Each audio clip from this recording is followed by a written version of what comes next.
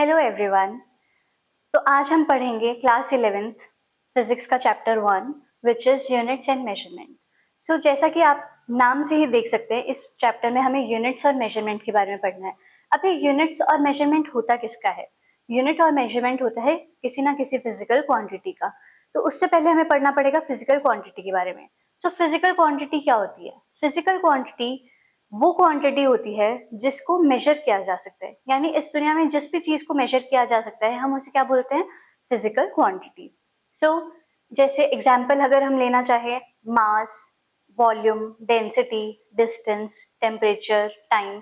अगर मुझे बताना है किसी का मास, तो मैं बोलूंगी इसका मास 50 kg है। सो 50 is what? 50 is numerical value and kilogram is what? It's unit. तो यानी कि यूनिट किसकी हो गई? मास की। और अगर मुझे बताना है मेरे घर से मेरे स्कूल की डिस्टेंस है 250 metres, so 250 is numerical value and metre is its unit. तो किसी भी फिजिकल क्वांटिटी के लिए उसकी यूनिट बताना जरूरी होता है। अब हम देखेंगे फिजिकल क्वांटिटी कितने टाइप की होती है। सो फिजिकल क्वांटिटी दो टाइप की होती है। एक होती है फंडामेंटल फिजिकल क्वांटिटी और दूसरी होती है डिराइव्ड फिजिकल क्वांटिटी। सो फंडामेंटल फिजिकल क्वांटिटीज वो फिजिकल क्वांटिटीज है जिनका कोई फॉर्मूला नहीं होता या जिसको आप किसी और क्वांटिटी की फॉर्म में एक्सप्रेस नहीं कर सकते। जैसे कि मास, मास का कोई फॉर्मूला नहीं है।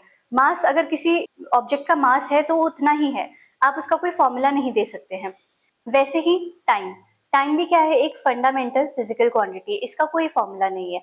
तो जो भी क्वांटिटीज जिनको हम किसी और फिजिकल क्वांटिटी की टर्म्स में एक्सप्रेस नहीं कर सकते वो कहलाती है फंडामेंटल फिजिकल क्वांटिटीज। और बाकी जितनी भी फिजिकल क्वांटिटीज है जिनको हम दूसरी क्वांटिटीज के टर्म में एक्सप्रेस कर सकते हैं उन्हें हम कहते हैं डिराइव्ड फिजिकल क्वांटिटीज। सो फिजिक्स में 7 फिजिकल क्वांटिटीज होती हैं, जो कि है फर्स्ट मास, जिसकी यूनिट होती है किलोग्राम। दूसरी है लेंथ, जिसकी यूनिट होती है मीटर। तीसरा है टाइम, जिसकी यूनिट होती है सेकंड। फोर्थ इज टेम्परेचर, जिसकी यूनिट होती है kelvin. Fifth is amount of substance, जिसकी यूनिट होती है मोल। सिक्स्थ इज ल्यूमिनस इंटेंसिटी, जिसकी यूनिट होती है कैंडेला, इसको हम सीडी से रिप्रेजेंट करते हैं। सेवेंथ इज इलेक्ट्रिक करंट, जिसकी यूनिट होती है एम्पियर। सो ये 7 की 7 physical quantities fundamental physical quantities है। इनके अलावा जितनी भी क्वांटिटीज हैं वो सारी डिराइव्ड फिजिकल क्वांटिटीज है, जैसे कि velocity, acceleration, force, work and volume और डेंसिटी। तो ये सारी फिजिकल क्वांटिटीज, इनको हम किसी ना किसी फंडामेंटल फिजिकल क्वांटिटीज के टर्म्स में एक्सप्रेस कर सकते हैं। जैसे कि अगर वेलोसिटी है, फॉर एग्जाम्पल,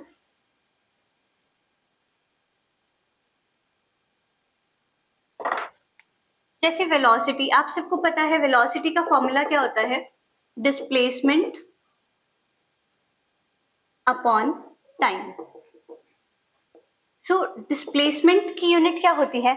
मीटर। और टाइम की यूनिट क्या होती है? सेकेंड। तो यहाँ पे बेसिकली डिस्प्लेसमेंट का मतलब क्या हो गया? Length. Displacement is measure of length. So length और टाइम, लेंथ और टाइम की टर्म्स में हम किसको एक्सप्रेस कर रहे हैं? वेलोसिटी को। यानी वेलोसिटी कैसी क्वांटिटी हो गई? Derived physical quantity. वैसे ही दूसरी यूनिट, अगर हम दूसरी क्वांटिटी को डिफाइन करें, जैसे कि volume. So volume is what? अगर आपने क्यूब लिया है और क्यूब की साइड की लेंथ है ए, तो आप उस क्यूब का वॉल्यूम क्या बताते हो? ए क्यूब, यानी कि लेंथ का क्यूब कर देते हो। यानी वॉल्यूम का जनरल फॉर्मूला हो गया लेंथ का क्यूब। और लेंथ की यूनिट क्या होती है? मीटर। यानी वॉल्यूम की यूनिट क्या हो जाएगी? Metre cube. तो ऐसे ही हम कुछ क्वांटिटीज को फिजिकल फंडामेंटल फिजिकल क्वांटिटीज के टर्म्स में एक्सप्रेस कर सकते हैं, तो उनको हम बोलते हैं डिराइव्ड फिजिकल क्वांटिटीज। और जो यूनिट्स होती है उनको बोलते हैं डिराइव्ड फिजिकल यूनिट्स। सो अभी 10th क्लास तक आपने जितनी भी फिजिकल क्वांटिटीज पढ़ी हैं, आपने सबसे पहले उसकी डेफिनेशन पढ़ी है, फिर उसका फॉर्मूला पढ़ा है और उसके बाद में उसकी यूनिट्स पढ़ी हैं। लेकिन अब हमें 11th क्लास से फिजिकल क्वांटिटीज की डायमेंशंस भी पढ़नी होती है। So what are dimensions?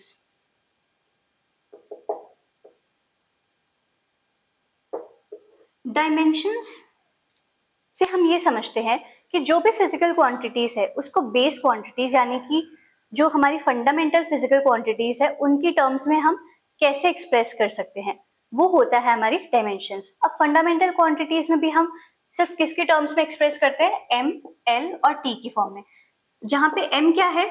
Mass, L क्या है? लेंथ और टी क्या है? टाइम। इसको हम एक एग्जाम्पल से समझते हैं। जैसे कि अगर मुझे वॉल्यूम की डायमेंशंस देखनी है। तो अभी हमने देखा वॉल्यूम की यूनिट क्या होती है, मीटर क्यूब। तो अभी अगर हमें इसकी डायमेंशंस लिखनी है तो मैं लिखूंगी ml/t और यहां हम लिखेंगे इस डायमेंशन। तो इसके डायमेंशन बताने के लिए हम देखेंगे कि इसके जो यूनिट्स है, यूनिट्स में बेसिकली कौन कौन सी टर्म्स हैं। जैसे कि यहाँ पे मीटर का क्यूब है। मीटर क्या होता है, मीटर किसकी यूनिट होती है, लेंथ की। यानी कि मीटर का की पावर 3 है तो एल की पावर हम क्या लिख देंगे, 3। क्या यहाँ पे मास और टाइम की कोई यूनिट्स है, नहीं है, तो हम इसकी पावर क्या लिख देंगे, 0, दोनों की पावर। यानी कि वॉल्यूम की डायमेंशंस क्या हो जाती है, m0 l3 t0। अगर वैसे ही हमें वेलोसिटी की यूनिट देखनी है, वेलोसिटी की डायमेंशंस देखनी है, तो वेलोसिटी की यूनिट्स क्या होती हैं, मीटर पर सेकेंड, जिसको मैं ऐसे भी लिख सकती हूँ, मीटर पर सेकेंड। अगर आप हमें इसकी डायमेंशंस लिखनी है, so what are its dimensions. सबसे पहले हम ml/t लिखेंगे। यहाँ पे क्या इस फॉर्मूला में या फिर इसकी यूनिट्स में मास की टर्म है। मास की यूनिट्स क्या होती है, किलोग्राम। क्या आपको यहाँ पे किलोग्राम दिख रहा है, नहीं, तो इसकी पावर क्या हो जाएगी, मास की 0। लेंथ की यूनिट क्या होती है, मीटर। सो यहाँ पे मीटर है, मीटर की पावर कितनी है, 1। सो एल की पावर हम लिखेंगे 1। क्या यहाँ पे टाइम की यूनिट है, सेकेंड। सेकेंड की पावर कितनी है, -1, तो इसकी पावर हमने लगा दी -1। सो ये इसकी डायमेंशंस होगी। ऐसे ही हम कुछ और एग्जांपल्स भी देखते हैं जिससे कि हमें डायमेंशंस का कंसेप्ट क्लियर हो जाएगा। तो हम कुछ एग्जांपल्स और देखते हैं डायमेंशंस के। जैसे कि एक एग्जांपल है एक्सेलरेशन।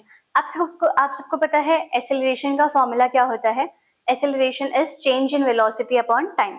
सो उसकी यूनिट हो जाती है मीटर पर सेकेंड स्क्वायर, जिसको हम लिखते हैं मीटर सेकेंड की पावर -2। अगर आपको इसकी डायमेंशंस बतानी है तो हम क्या करेंगे, सबसे पहले यहाँ पे ml/t लिखेंगे। अब आप मुझे फॉर्मूला में देख के बताइए इसकी यूनिट में कि यहाँ पे क्या मास की यूनिट यानी किलोग्राम इसकी यूनिट्स में आ रहा है, नहीं आ रहा है। सो मास की पावर क्या हो जाएगी, 0। वैसे ही लेंथ की यूनिट क्या होती है, मीटर। तो मीटर की पावर क्या है यहाँ पे, 1। सो हम यहाँ पे 1 लगा देंगे। और टाइम की यूनिट क्या होती है, सेकंड। क्या सेकंड है इसकी यूनिट्स में, है, और इसकी पावर कितनी है, -2। सो t की पावर हो जाएगा -2। सो m0 l1 t-2 एक्सेलरेशन की डायमेंशंस हो जाती है। वैसे हम नेक्स्ट एग्जांपल देखते हैं, force. Force is what, mass into acceleration. आप सबने ये फॉर्मूला पढ़ा है। सो इसकी यूनिट क्या हो जाएगी, मास की यूनिट क्या होती है, किलोग्राम। एक्सेलरेशन की यूनिट क्या होती है, मीटर पर सेकेंड स्क्वायर। तो वैसे ही इसको हम लिख सकते हैं किलोग्राम मीटर, और सेकेंड स्क्वायर को ऊपर लेके आएंगे तो सेकेंड इनवर्स स्क्वायर हो जाएगा। अब अगर आपको इसकी डायमेंशंस बतानी है तो हम लिखेंगे यहाँ पे ml/t। m यानी कि मास, मास की यूनिट क्या होती है, किलोग्राम। क्या किलोग्राम आ रहा है इसकी यूनिट्स में, आ रहा है, और इसकी पावर कितनी है, 1। l क्या है, लेंथ। लेंथ की यूनिट क्या होती है, मीटर। मीटर है इस फॉर्मूला में, इसकी पावर कितनी है, 1। वैसे ही टाइम, टाइम की यूनिट क्या होती है, सेकंड। सेकंड की पावर कितनी है यहाँ पे, -2। सो m1 l1 t-2 वर्क आपकी फोर्स की डायमेंशंस हो जाती है। इसी तरह से हम कुछ और एग्जांपल्स देखते हैं। सो नेक्स्ट एग्जाम्पल है हमारा वर्क। वर्क का फॉर्मूला क्या होता है, force into displacement. So force की डायमेंशंस यानी फोर्स की यूनिट हमने अभी देखी थी, क्या होती है, किलोग्राम मीटर पर सेकेंड स्क्वायर, और डिस्प्लेसमेंट की यूनिट क्या होती है, मीटर। तो यानी कि इसकी अगर इनको आप मल्टीप्लाई करोगे तो kilogram metre into metre, metre square upon second square है, तो ऊपर जाएगा तो ये क्या हो जाएगा, सेकेंड इनवर्स स्क्वायर। तो ये आ गई वर्क की यूनिट्स। अब अगर हमें इसकी डायमेंशंस लिखनी है तो हम सबसे पहले लिखेंगे ml/t। अब यहाँ पे आप यूनिट में देख के बताओ, मास की यूनिट यानी किलोग्राम की पावर कितनी है यहाँ पे, 1। तो हम यहाँ पे मास पे लगा देंगे 1। और लेंथ यानी कि मीटर, मीटर की कितनी टर्म्स है यहाँ पे, मीटर की पावर कितनी है, 2। सो यहाँ पे l की पावर हो जाएगी 2। वैसे ही टाइम, टाइम की यूनिट होती है सेकेंड, और इसका क्या है, इसकी पावर क्या है, -2। सो यहाँ पे हम लिख देंगे -2। सो m1 l2 t-2 हो गई वर्क की डायमेंशंस। वैसे ही नेक्स्ट है डेंसिटी। डेंसिटी का फॉर्मूला होता है मास अपॉन वॉल्यूम।